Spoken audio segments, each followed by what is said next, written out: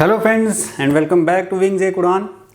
दोस्तों जैसा कि मैंने बोला था कि नेक्स्ट चैप्टर में लेके आऊँगा, तो आज मैं एक नया टॉपिक लेके आया हूँ, कैश बुक।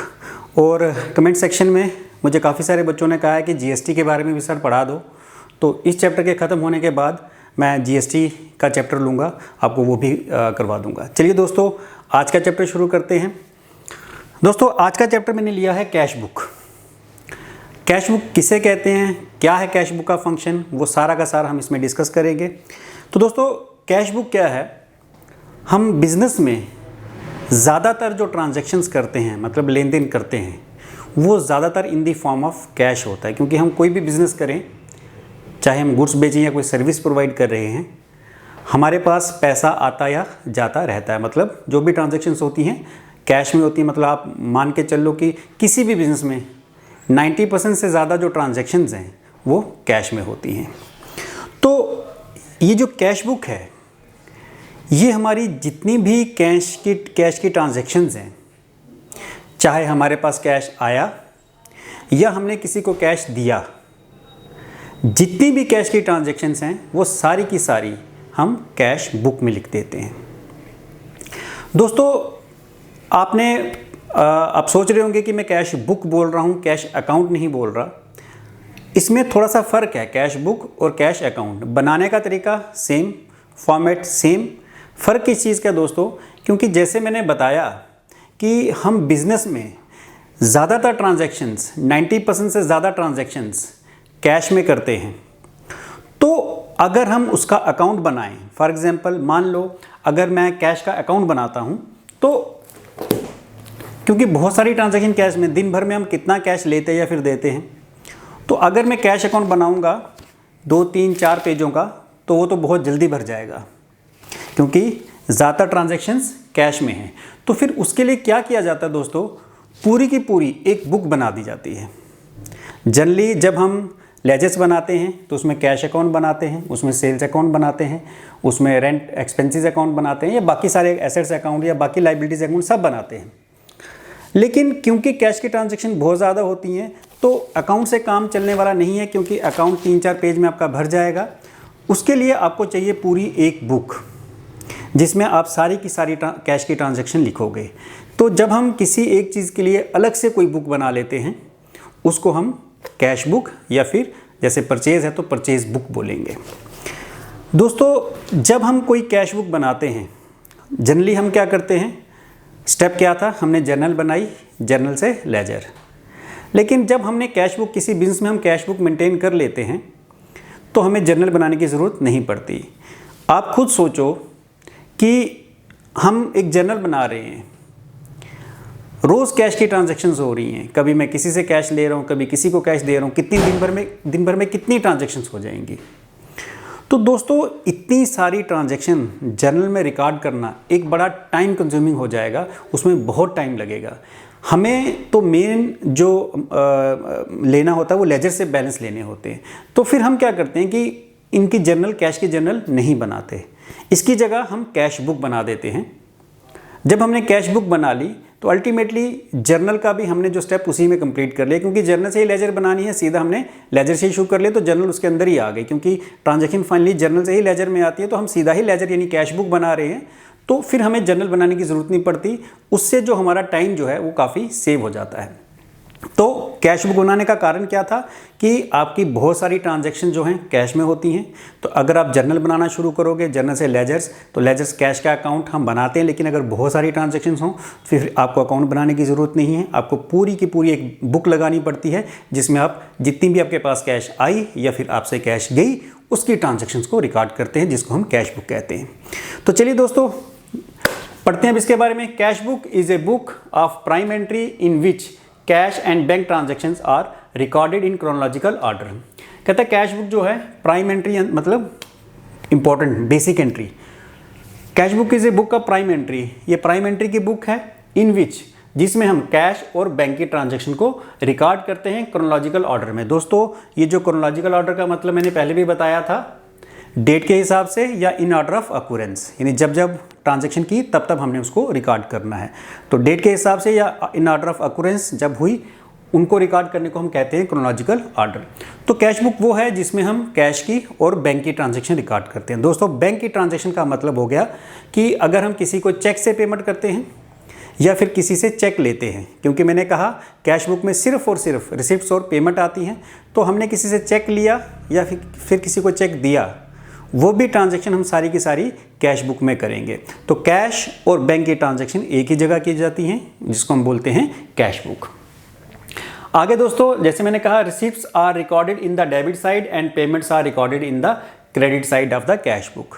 जो रिसिप्ट्स हैं, रिसिप्ट्स का मतलब जो पैसा हमारे पास आ रहा है, चाहे वो हम सेल करके ले रहे हैं या किसी से पैसा ले रहे हैं या किसी ने हमसे उधार लिया वो पैसा हमें वापस कर रहा है या कोई हमें इनकम हो रही है, तो जितना भी पैसा हमारे पास आ रहा है वो कैश बुक की डेबिट साइड में रिकॉर्ड होगा। और जितनी हम पेमेंट कर रहे हैं, चाहे हम परचेज कर रहे हैं या हम किसी को पेमेंट करें, कोई क्रेडिटर है उसको पैसा दे रहे हैं या फिर कोई एक्सपेंस कर रहे हैं, तो जितनी भी पेमेंट है वो क्रेडिट साइड में आएंगी। दोस्तों, इस पर आपका एक MCQ बन सकता है क्वेश्चन में से रिलेटेड कि अगर मान लो रिसिप्ट्स हैं, आपने कैश रिसीव की, तो किस कॉलम में आएगी, डेबिट साइड में या क्रेडिट साइड में। इस तरह का MCQs बन सकते हैं। तो ये बड़ी इंपॉर्टेंट चीज़ें हैं, आप इनको गौर से पढ़ा करिए। चलिए दोस्तों, अब मैं बताता हूँ इसको रिकॉर्ड कैसे करना है। ये मैं एक छोटा सा फॉर्मूला बता रहा हूँ, इसको T फॉर्म में बनाते हैं। दोस्तों, आपको याद ही होगा, लेजेस में मैंने बताया था। ठीक है दोस्तों, एक पेज को आपने 2 हिस्सों में बांट लिया बराबर। ये वाली side left side debit, right side credit, हमेशा से यही है। और फिर इसका फॉर्मेट जो है, आप यहाँ पे एक कॉलम बना लेते हो डेट का, यहाँ पे पर्टिकुलर, यहाँ पे एक कॉलम होता है लेजर फोलियो कि हमने लेजर के किस पेज नंबर से ये एंट्री ली है, और एक कॉलम यहाँ का अमाउंट। इसी तरह क्रेडिट साइड में भी सेम चीज़ें, एक कॉलम डेट का, एक कॉलम पर्टिकुलर्स का, एक कॉलम लेजर फोलियो का और एक कॉलम अमाउंट का। तो इस तरह से हम इसका फॉर्मेट बनाते हैं। तो जैसे मैंने कहा, इसमें क्या लिखा है, receipts are recorded in the debit side and payments are recorded in the credit side. तो डेबिट साइड ये है। तो दोस्तों, जितनी भी रिसिप्ट्स हैं, रिसिप्ट्स मतलब बिजनेस में आपके पास जो भी पैसा आया किसी भी फॉर्म में, चाहे आपने सेल की, चाहे आपको कोई इनकम हुई, चाहे किसी ने आपका पैसा लिया था वो वापस दिया, किसी भी फॉर्म में आपके पास पैसा आया तो आपने डेबिट साइड में लिखना है। और क्रेडिट साइड में क्या लिखना है आपने, इसमें लिखना है पेमेंट्स, यानी आपसे पैसा जो भी गया, चाहे आपने परचेज की, चाहे आपने कोई एक्सपेंस पे किया, चाहे आपने किसी का पैसा देना था, क्रेडिटर था कोई, उसको पैसा दिया, तो जितनी भी पेमेंट्स हैं वो इस तरफ आएंगी, जितनी भी रिसिप्ट्स हैं वो इस तरफ आएंगी। दोस्तों, याद रखनी है बहुत इंपॉर्टेंट चीज़ इसमें, क्योंकि हम क्या बना रहे हैं, यह है हमारी कैश बुक। तो इसका नाम ही सजेस्ट करता है कि इसमें सिर्फ और सिर्फ कैश वाली ट्रांजैक्शंस आएंगी। कहने का ये मतलब कि जितनी भी क्रेडिट ट्रांजैक्शंस हैं, उधार में, मान लो आपने कोई उधार में गुड्स खरीदी, अगर आपने उधार में खरीदी हैं, इसका मतलब अभी आपने कैश नहीं दिया, तो वो यहाँ पे रिकॉर्ड नहीं होगी। उसके लिए अलग बुक बनाई जाती है, वो भी बताऊंगा। तो जितनी भी उधार की ट्रांजैक्शन है, जैसे आपने उधार में कोई गुड्स खरीदी, वो यहाँ पे रिकॉर्ड नहीं होगी, क्योंकि हम सिर्फ इसमें कैश की बात करते हैं। तो जब हम कोई उधार में चीज़ खरीद रहे हैं, इसका मतलब हमसे कैश नहीं गया, तो आपने उसको यहाँ पे रिकॉर्ड, पेमेंट साइड में रिकॉर्ड नहीं करना। या फिर आपने गुड्स बेची उधार में, किसी को उधार में कोई चीज़ बेची, इसका मतलब उधार है तो आपके पास कैश नहीं आया, तो वो भी आपने अवॉइड कर देनी है, आपने रिसिप्ट साइड में नहीं लिखनी। मतलब इसमें जितनी भी क्रेडिट ट्रांजैक्शंस हैं, उधार पे होने वाली चीज़ें, वो कैश बुक में नहीं लिखी जाती। Cash book records only those transactions which are on cash basis, जिसमें हमारे पास कैश आ रहा है या फिर कैश जा रहा है। इसका एक मैंने सिंपल कॉलम कैश बुक बनाई है, इसके बारे में आगे डिटेल में बताऊंगा। चलिए दोस्तों, अब देख लेते हैं इसके फीचर्स के बारे में। फीचर्स इसमें only cash and bank transactions are recorded. इसमें कैश और बैंक की ट्रांजैक्शन रिकॉर्ड करेंगे। बैंक की ट्रांजैक्शन रिकॉर्ड करने के लिए हमें डबल कॉलम कैश बुक बनानी है, वो मैं आपको आगे बताऊंगा। तो कैश बुक का पहला फीचर क्या है कि इसमें कैश और बैंक की ट्रांजैक्शंस को हम रिकॉर्ड करते हैं। Second is it records only one aspect of transaction, that is cash. One aspect of transaction कहता है ये सिर्फ ट्रांजैक्शन का एक एस्पेक्ट रिकॉर्ड करता है, जो क्या है, कैश। फॉर एग्जांपल दोस्तों, एक आप जर्नल एंट्री बनाते हो, मान लो मैंने एक एंट्री बनाई मैंने गुड्स बेची तो मेरी जनरल एंट्री क्या बनेगी दोस्तों, गुड्स बेचने पे कैश अकाउंट टू सेल्स। मान लो 5,000 की मैंने गुड्स बेची, तो ये जो मैंने लाइन पढ़ी कि it records only one aspect of transaction, वो क्या है, कैश। मतलब ये सिर्फ एक एस्पेक्ट रिकॉर्ड करता है, कैश। सेल्स हम इसमें रिकॉर्ड नहीं करेंगे। ये कैश, जो कैश हमें आ रही है ये हमें सेल करने से ही आ रही है, लेकिन इसमें एक जो एस्पेक्ट हमने रिकॉर्ड किया वो क्या है कि एक अमाउंट को हमने सिर्फ डेबिट किया, हमने सिर्फ कैश अकाउंट को डेबिट किया, हम यहाँ पे सेल्स अकाउंट नहीं बना रहे हैं। एक एस्पेक्ट से मतलब कि आप एक जगह इस ट्रांजैक्शन को रिकॉर्ड करते हो। नॉर्मली क्या होता है कि जो जर्नल एंट्री होती है 2 जगह रिकॉर्ड होती है। फॉर एग्जांपल जैसे मैं इसकी 2 जगह रिकॉर्डिंग बताऊं तो एक कैश अकाउंट में होगी, दूसरी सेल्स अकाउंट में। लेकिन यहाँ पे क्योंकि हम सिर्फ कैश की ही बात कर रहे हैं तो यहाँ पे सिर्फ हम कैश अकाउंट में या कैश बुक में इसको रिकॉर्ड करेंगे, सेल बुक में हमें इसको दिखाने की जरूरत नहीं है। तो ये कैश बुक हमें सिर्फ जो ट्रांजैक्शन है उसका एक एस्पेक्ट बताती है। चलिए दोस्तों, next is it perform the function of both journal and ledger at the same time. ये दोनों का फंक्शन परफॉर्म करती है। जैसे मैंने कहा कि जब आप कोई कैश बुक बनाते हो तो उसमें आपको फिर जर्नल बनाने की ज़रूरत नहीं पड़ती। कैश बुक बनाई ही इसलिए जाती है कि जो जर्नल में हम जर्नल एंट्रीज बनाते हैं उनसे बचा जा सके, क्योंकि बहुत सारी ट्रांजैक्शन जो कैश में होती हैं उनको बार बार जर्नलाइज करना एक बड़ा टाइम कंज्यूमिंग है। तो उससे बचने के लिए सीधी कैश बुक बनाई जाती है, क्योंकि हमें तो कैश बुक या कैश अकाउंट से मतलब है, हमें तो जो बैलेंस मिलने हैं वो कैश बुक या कैश अकाउंट से मिलने हैं। तो जर्नल जब हम कैश बुक बना लेते हैं तो जर्नल में जितनी भी कैश की ट्रांजैक्शंस हैं उसको हम फिर रिकॉर्ड नहीं करते। चलिए दोस्तों, इसलिए ये जर्नल और लेजर दोनों का जो फंक्शन है परफॉर्म करती है। एडवांटेजेस के बारे में पढ़ लेते हैं दोस्तों। फर्स्ट एडवांटेज क्या है कैश बुक बनाने की, it prevent duplication of work. Duplication of work मतलब एक ट्रांजैक्शन 2 जगह रिकॉर्ड कर देना।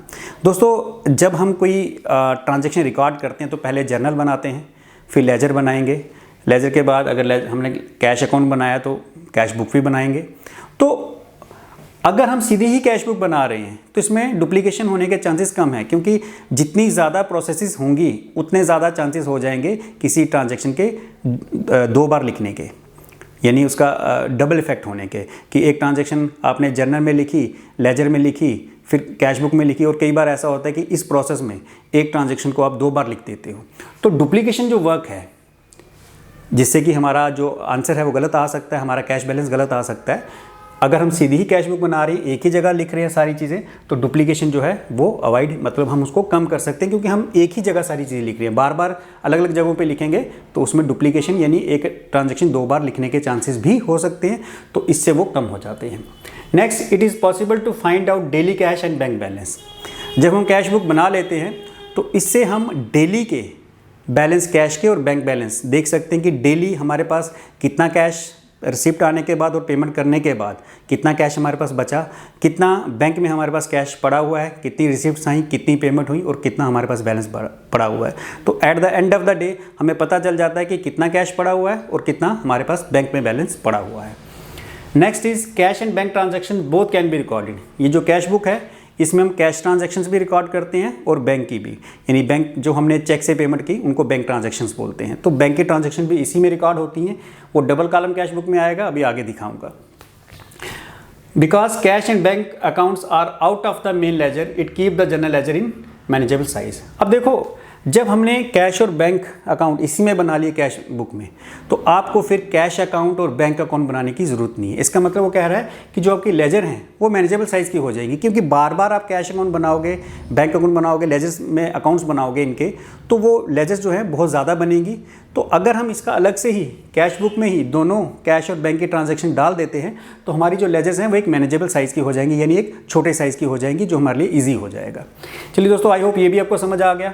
अब बात करते हैं टाइप्स ऑफ कैश बुक। दोस्तों, कैश बुक 3 तरह की, single column cash book, double column cash book, triple column cash book. Single column cash book दोस्तों अभी जो मैंने ये फॉर्मेट करवाया है ये आपका सिंगल कॉलम कैश बुक में है।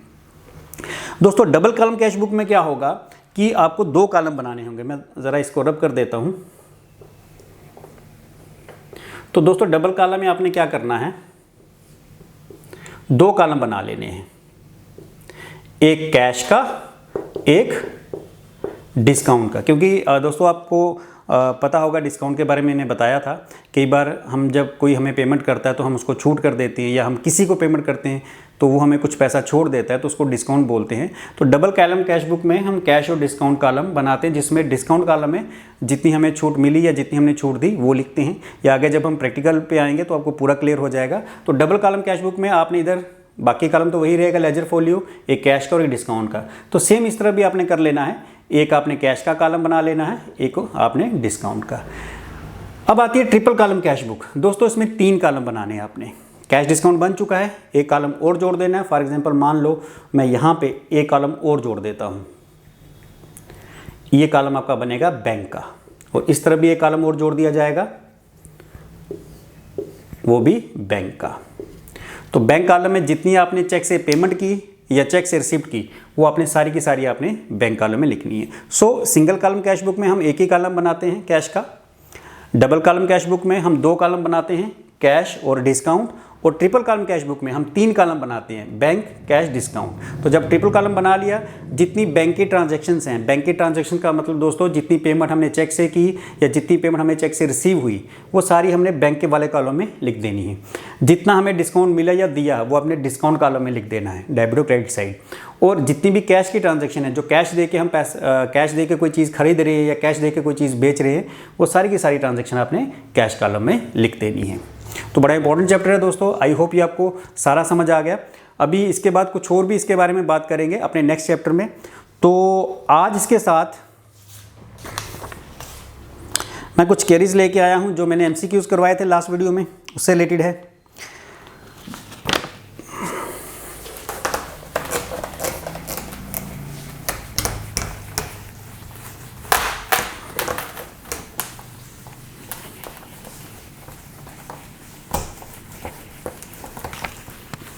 तो चलिए दोस्तों, सबसे पहले मेहताब हैं, इनका एक क्वेश्चन है, बिजनेस ट्रांजैक्शन और बिजनेस फाइनेंशियल ट्रांजैक्शन में कोई डिफरेंस होता है क्या? दोस्तों बिजनेस ट्रांजैक्शन और बिजनेस ट्रांजैक्शन में एज सच कोई डिफरेंस तो नहीं है।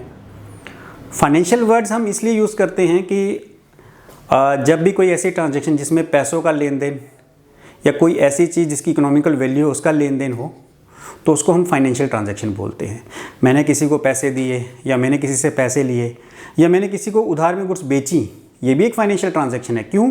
क्योंकि जो गुड्स बेच रहा हूँ उसकी एक मनी वैल्यू है। फाइनेंशियल ट्रांजैक्शन उसी को कहते हैं जिस चीज़ की कोई मनी वैल्यू हो। तो जो गुड्स मैं बेच रहा हूँ, चाहे मैं उधार में दे रहा हूँ, कभी ना कभी तो पैसा आ जाएगा मेरे पास, तो उसकी भी एक मनी वैल्यू है।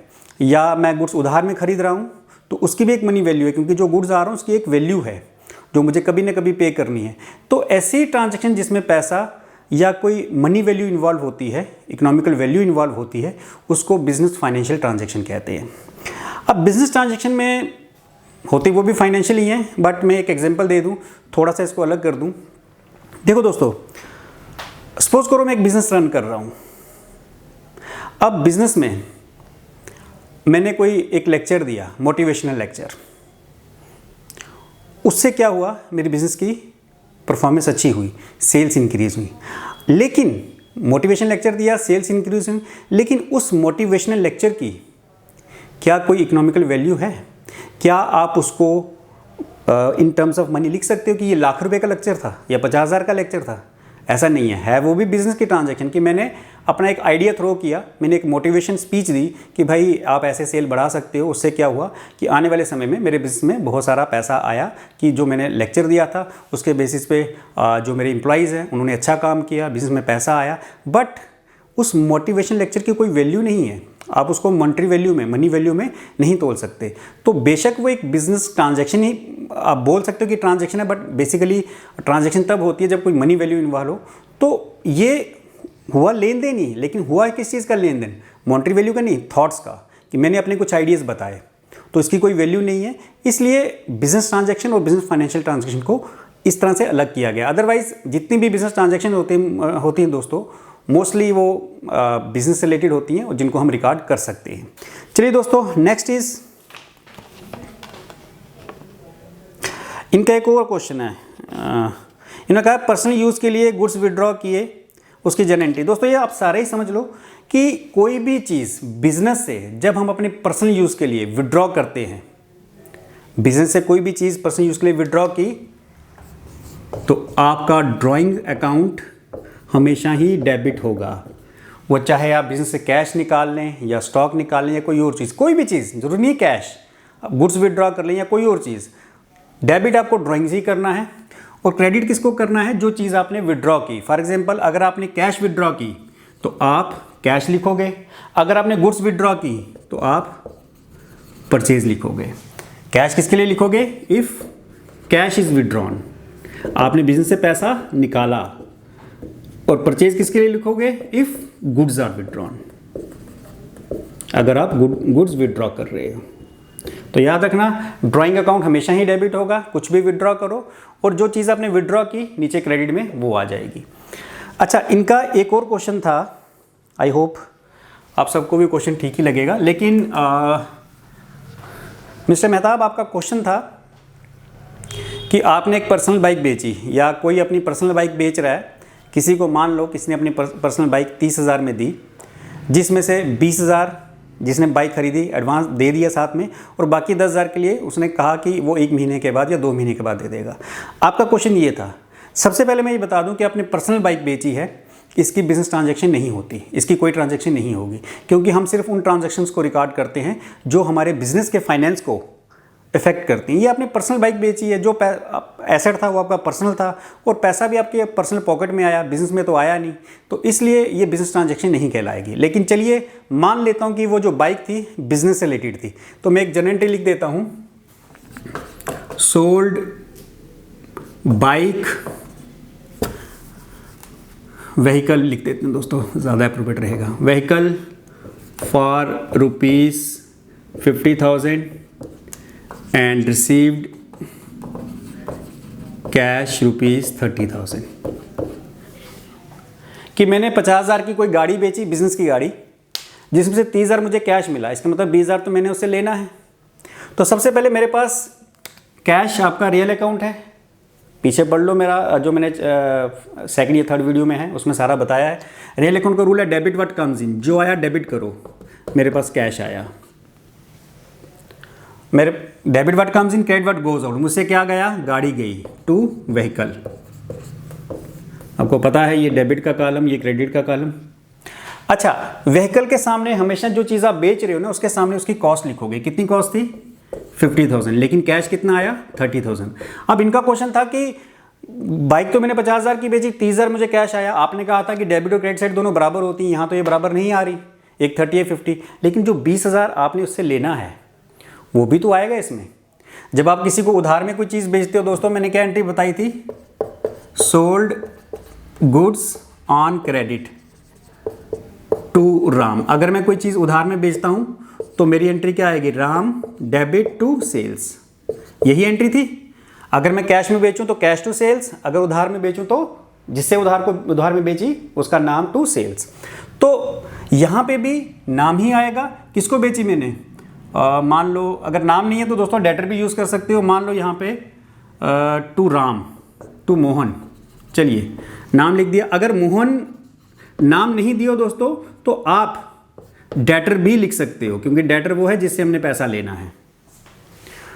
तो cash account, Mohan account to vehicle. आप बोलोगे सेल नहीं लिखा, लेकिन याद रखना दोस्तों, वर्ड सेल सिर्फ गुड्स के लिए यूज़ किया जाता है। अगर हम गुड्स बेचेंगे तब हम नीचे सेल लिखते हैं, अदरवाइज हम उस एसेट का, गुड्स के अलावा कोई भी चीज़ बेचेंगे उसका नाम लिखते हैं एसेट का। तो उधार में जब हम कोई चीज़ बेचेंगे तो क्या लिखते हैं? जिसने उधार लिया उसका नाम। तो किसने उधार लिया? मोहन ने, या मोहन को हम डेटर्स भी लिख सकते हैं। अगर आपके पास नाम नहीं है, जैसे अभी मैंने नहीं लिखा था, तो आप डेटर भी लिख सकते थे। तो कितना उससे लेना है पैसा? हमने 20,000 राम से लेना है, तो अल्टीमेटली ये बराबर हो गया। चलिए दोस्तों, नेक्स्ट क्वेश्चन दोस्तों नितिन का था। ये सेकंड जो कल एमसीक्यूज था उसका है, liabilities arise due to. Liabilities क्यों आती हैं? बिकॉज ऑफ कैश ट्रांजैक्शन, या B credit transaction, C A and B, और डी नन ऑफ दिस। दोस्तों लाइबिलिटी क्या है? जो हमने किसी का पैसा देना है। अगर मान लो मैंने कोई ट्रांजैक्शन कैश में की, मैंने किसी से गुड्स खरीदी और उसको कैश दे दिया, मेरी कोई लाइबिलिटी है अब उसको देना कुछ? क्या मैंने उसको कुछ देना है? नहीं। तो कैश ट्रांजैक्शन में जब आप कैश में पेमेंट कर देते हो तो आपकी कोई भी लाइबिलिटी नहीं रहती, लेकिन जब आप उधार में कोई चीज़ खरीदते हो तो लाइबिलिटी आपकी बढ़ जाएगी जितने का आप उधार लोगे। पहले लाइबिलिटी 0 थी, 10,000 का उधार लिया तो 10,000 आपकी लाइबिलिटी इंक्रीज़ होगी। तो लाइबिलिटी तभी इंक्रीज़ होती है जब क्रेडिट ट्रांजैक्शन हो। चलिए दोस्तों, नेक्स्ट इज नेक्स्ट इज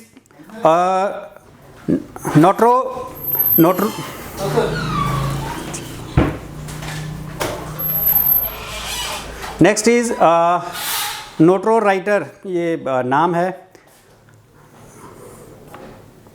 अच्छा, इनका क्वेश्चन बड़ा इंटरेस्टिंग है। ये कह रहे हैं कि अगर हम किसी को 1,000 कैश उधार देते हैं तो वो कैश ट्रांजैक्शन है और वो लाइबिलिटी भी तो है। इनके कहने का मतलब, सपोज करो मैं किसी को कैश दे रहा हूँ उधार, कैश ट्रांजैक्शन तो है, ऑफ कोर्स है। कहते वो लाइबिलिटी भी तो है।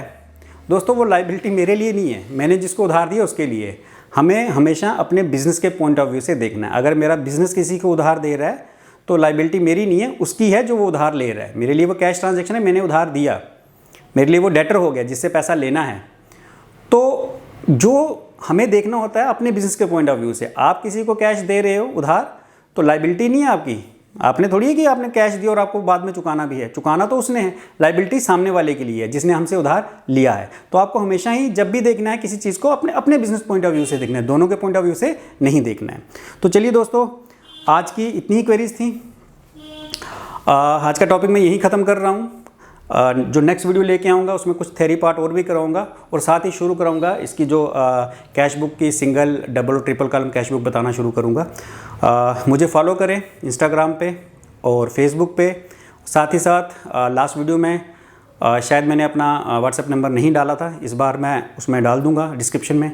उसमें आप प्लीज़ क्वेश्चंस मत पूछिएगा, जो भी क्वेश्चंस पूछने हैं वो आप कमेंट सेक्शन में करिए, अपलोड में उसमें देख लूँगा जो भी हैं।